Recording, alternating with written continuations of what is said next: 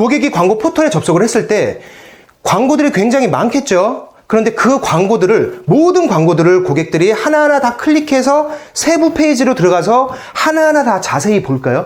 그러긴 불가능하겠죠. 왜? 광고가 겁나게 많으니까. 그러면 고객들은 그 중에서 일단 눈에 띄는 것들을 클릭해서 세부 페이지로 들어가서 상세히 봅니다. 그러면 일단 내 광고가 클릭을 당해야 되겠죠. 내가 낸 광고가 다른 사람이 낸 광고보다 좀 더 효과가 좋고 전화를 잘 받기 위해선 내게 우선 클릭을 당해야 되겠죠. 클릭을 당하려면 무수히 많은 광고들 중에 내 광고가 고객 눈에 일단 띄어야 되겠죠. 자, 메인 페이지에서 수많은 광고들 중에 내 광고를 좀 더 눈에 띄게 할 수 있는 첫 번째 조건 3가지.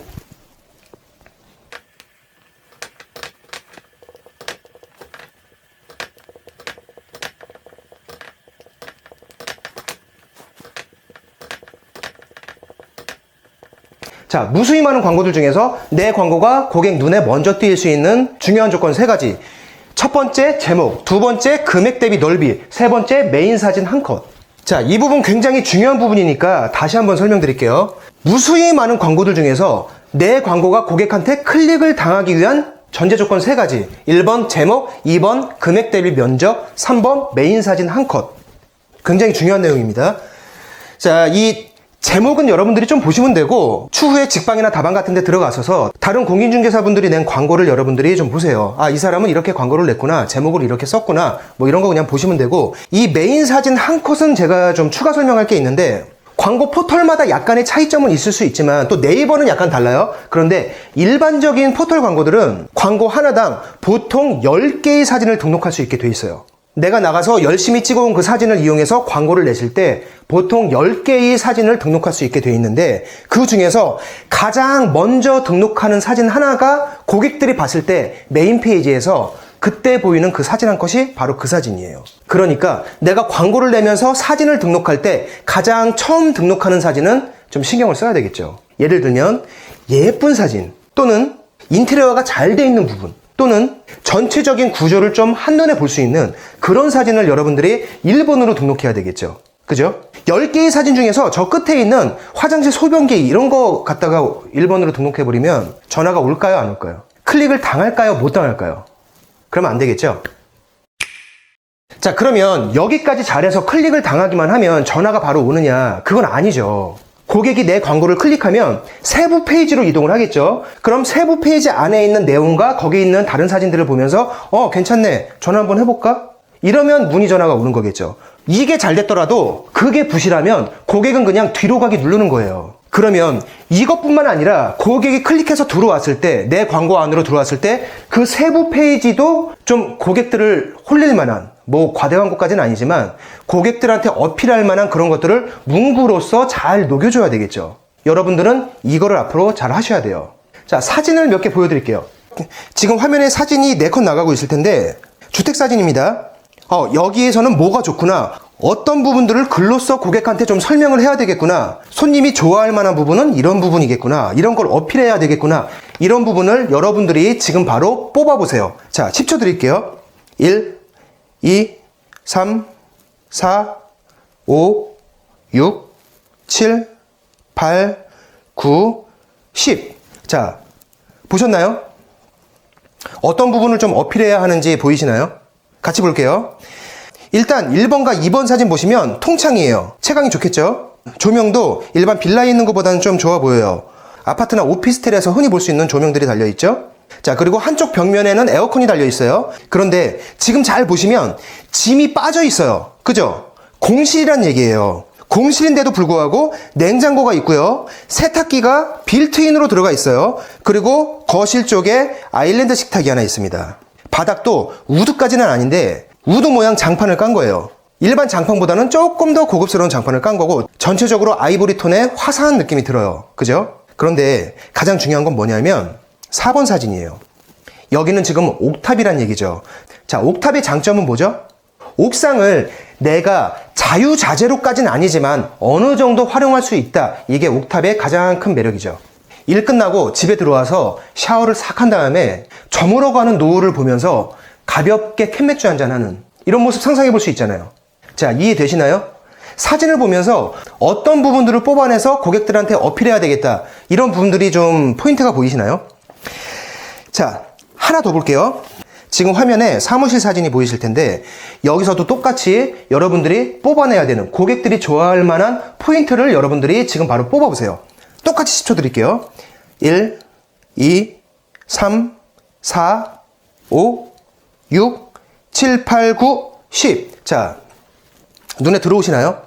어떤 부분을 뽑아내서 고객들한테 어필해야 되겠다. 이런 부분들이 좀 눈에 들어오시나요? 같이 볼게요. 첫 번째 사진 보시면 일단 룸이 여러 개 있는 것처럼 보여요. 그리고 두 번째 사진 보시면 메인 홀이 직사각형으로 반듯하게 되어 있죠. 자, 무슨 얘기냐? 바깥쪽 홀 부분에는 직원들 책상을 배치하기가 좋고 나머지 룸들은 하나는 뭐 대표님실, 하나는 뭐 직원들 회의실, 하나는 탕비실 이렇게 다각도로 활용할 수 있는 룸들이 여러 개가 마련되어 있다는 얘기예요. 그리고 3번 사진, 룸 하나의 안쪽에서 찍은 사진인데 여기 보시면 벽 전체가 유리로 되어 있어요. 채광 굉장히 좋겠죠. 전망도 좋겠죠. 1번과 2번 사진으로 다시 돌아와 보시면 바닥을 보세요. 에폭시까지는 아닌 것 같은데 일반 타일은 아니에요. 굉장히 고급스러운 타일이 깔려 있습니다. 그리고 중요한 건 천장이에요. 여기는 일반 텍스로 마감되어 있는 천장이 아닙니다. 텍스를 제거해서 윗부분을 노출시켰어요. 이런 걸 노출 천장이라고 부르는데 장점은 층고가 훨씬 높아 보이고 좀 개방감이 든다는 장점이 있어요. 단점은 뭐냐면 텍스를 제거하고 나면 그 텍스 위에는 대부분 전기 배선이나 이런 것들이 막 어지럽게 깔려 있고 좀 지저분해요. 이게 노출 천장의 장단점이에요. 그런데 여기는 텍스를 제거해서 노출을 해놓고 다시 한번 마감 처리를 했어요. 굉장히 깔끔해 보입니다. 노출 천장 중에서는 좀 비용을 들여서 다시 재공사를 한 굉장히 깔끔한 노출 천장이에요. 그리고 조명 보세요. 일반 조명이 아니라 레일 조명 깔려 있죠. 이런 부분들 고객들이 굉장히 좋아하는 부분들이죠. 자, 마지막 사진 보시면 계단에서 올라와서 좌회전을 하면 바로 입구인데 입구도 유리문으로 되어 있어요. 디지털 도어락 달려 있고요. 전체적으로 보시면 입구서부터 굉장히 깔끔합니다.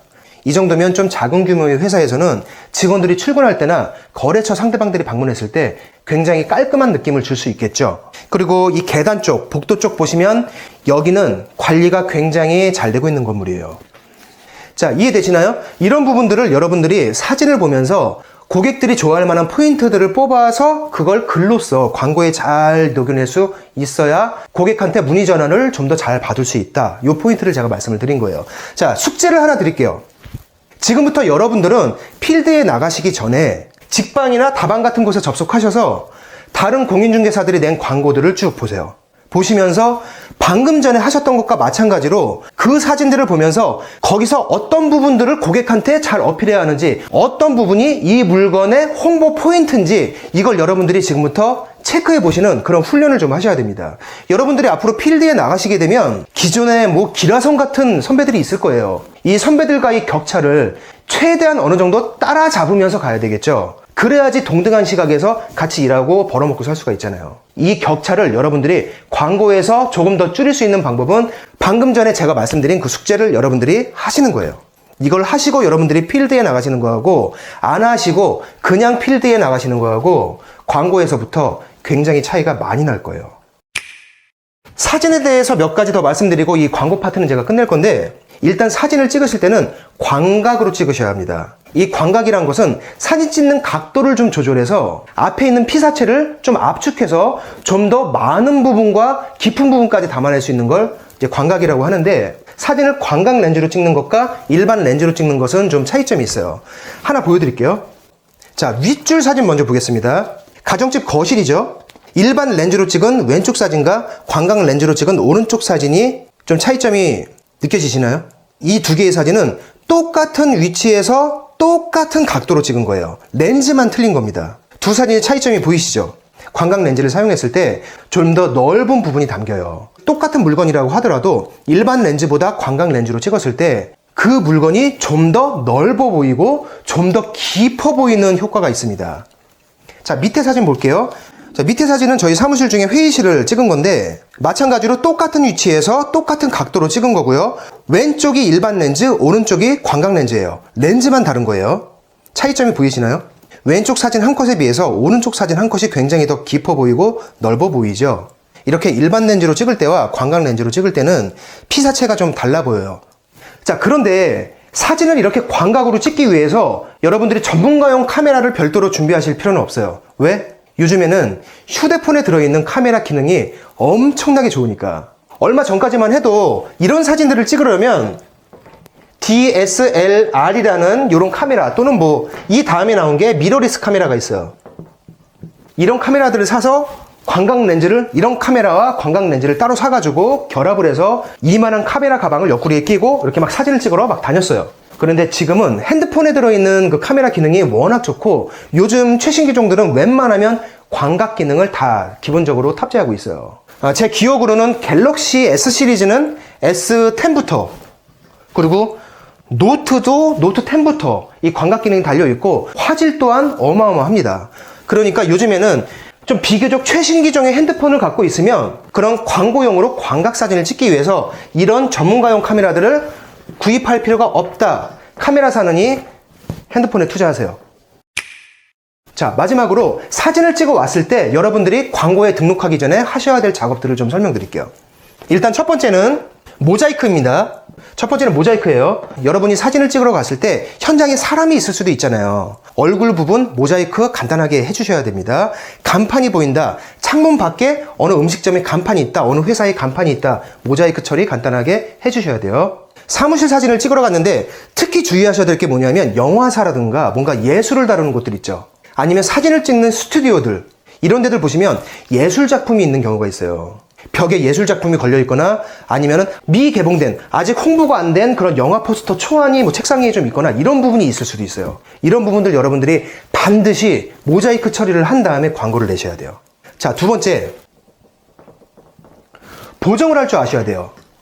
이 보정에는 보통 두 가지가 있는데 첫 번째는 각도. 여러분이 사진을 찍어서 사무실에 갖고 와서 그걸 한번 쫙 모니터에 열어놓고 보시면 현장에선 잘 찍은 것 같은데 갖고 와서 보면 뭔가 이렇게 좀 구도가 삐딱하다던가 이렇게 찍혀 있을 거예요. 처음에는 대부분 이래요. 경우에 따라서는 영원히 이렇게 찍는 사람도 있어요. 자, 이 각도를 좀 보정할 줄 아셔야 된다는 거. 그리고 현장에선 괜찮은 것 같았는데 가져와서 광고를 내려고 보니까 좀 어두워. 이러면 밝기를 살짝 조절해주고, 반대로 너무 밝아 이러면 톤을 좀 다운시켜주고, 이런 간단한 보정 작업들을 여러분들이 하실 줄 아셔야 됩니다. 자, 그런데 이런 얘기들을 하면 대부분 여기서부터 머리가 막 지끈지끈해요. 막 사진 찍으러 나가기가 막 싫어집니다. 왜?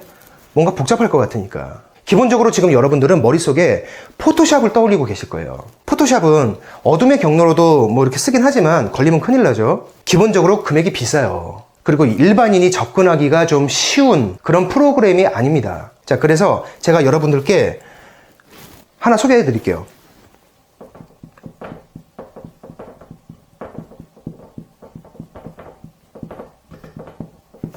이 포토스케이프 무료 버전에 방금 전에 제가 말씀드린 그 기능들이 다 들어있어요. 그리고 이 포토스케이프는 포토샵에 비해서 사용법이 굉장히 단순합니다. 간단해요. 이미 많은 중개사 분들이 이 포토스케이프를 이용해서 자신이 광고 낼 사진들을 좀 더 뽀샤시하게 만들고 좀 더 각도를 조정하고 좀 더 예쁘게 다듬고 이런 작업들을 하고 있어요. 물론 영상을 보시는 분이 포토샵을 굉장히 잘해 라고 하시면 포토샵을 하시면 됩니다. 하지만 포토샵이 좀 일반 사람들한테 어렵기 때문에 좀 낯선 분들은 포토스케이프